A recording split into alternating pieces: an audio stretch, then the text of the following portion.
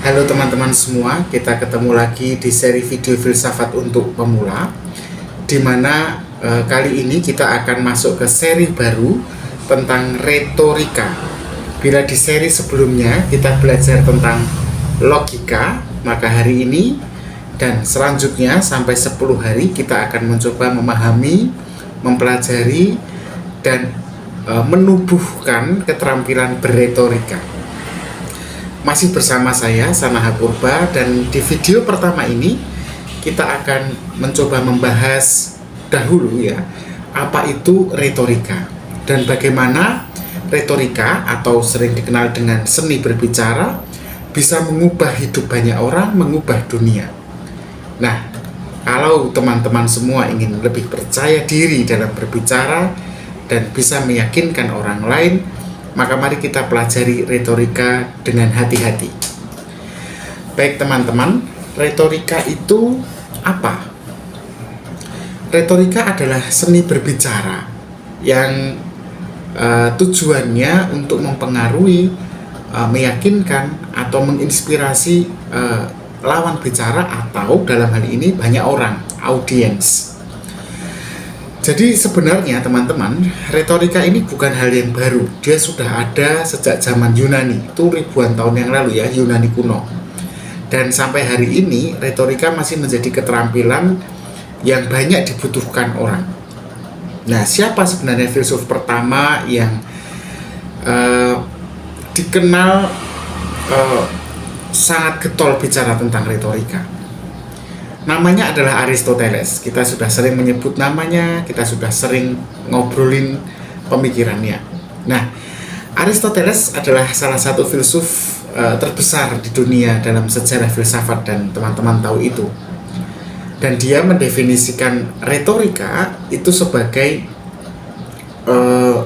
kemampuan untuk menemukan cara persuasi yang paling baik dalam suatu situasi tertentu. Artinya, kalau teman-teman memahami retorika, teman-teman tentu akan bisa berbicara dengan lebih efektif dan mencapai ke tujuan komunikasi teman-teman. Nah, contohnya begini, dalam pidato misalnya, entah itu pidato politik atau pidato kebudayaan atau pidato informal, misalnya harus memberikan sambutan, teman-teman butuh retorika. Dalam konteks yang lebih luas lagi misalnya ya, retorika juga dibutuhkan ketika teman-teman ini bekerja sebagai pembuat iklan, atau teman-teman bekerja sebagai tukang promosi atau marketing. Itu butuh retorika, butuh kemampuan untuk menggoda, untuk membuat orang mengikuti apa yang diinginkan teman-teman, mengajak orang lain. Bahkan dalam presentasi-presentasi ya, entah itu presentasi perkuliahan atau presentasi bisnis, retorika itu digunakan dalam rangka membangun keyakinan dan sekaligus menarik perhatian dari audiens yang mendengarkan. Nah teman-teman, banyak orang itu berpikir bahwa retorika hanya digunakan oleh sebagian orang tertentu, seperti para politisi atau para orator ya, seperti negara kita ini mengenal ya, pendirinya adalah seorang retorik yang orator dan ahli retorika yang hebat ya, Insinyur Soekarno. Tetapi sebenarnya retorika itu bukan hanya untuk mereka. Kita semua membutuhkan retorika dalam kehidupan kita sehari-hari.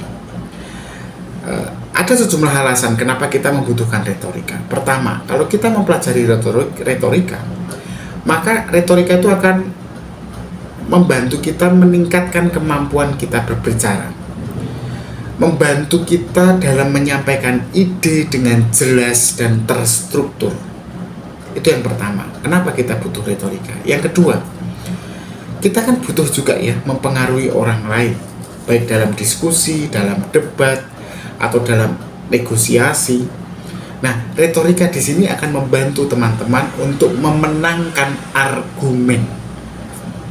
Tentu saja akan melalui satu proses perdebatan dan teman-teman harus mempertahankan argumen itu, tapi juga sekaligus dengan cara yang simpatik dan terstruktur hingga lawan bicara atau audiens mengikuti apa yang menjadi konten ajakan teman-teman. Yang ketiga, tidak bisa dipungkiri dengan mempelajari retorika, kepercayaan diri teman-teman saat tampil, saat berbicara itu menjadi sesuatu yang akan meningkat. Karena dengan teknik yang tepat sebenarnya, karena semua itu bukan talenta ya, kepercayaan diri, tapi hasil dari pembelajaran, hasil dari proses kegagalan demi kegagalan dalam meyakinkan orang dalam berbicara. Maka dengan teknik yang tepat dan terus diulang, teman-teman akan bisa lebih percaya diri dan nyaman. Ini yang paling penting, nyaman berbicara di depan publik, tidak hanya di depan 1-2 orang, tapi di depan publik.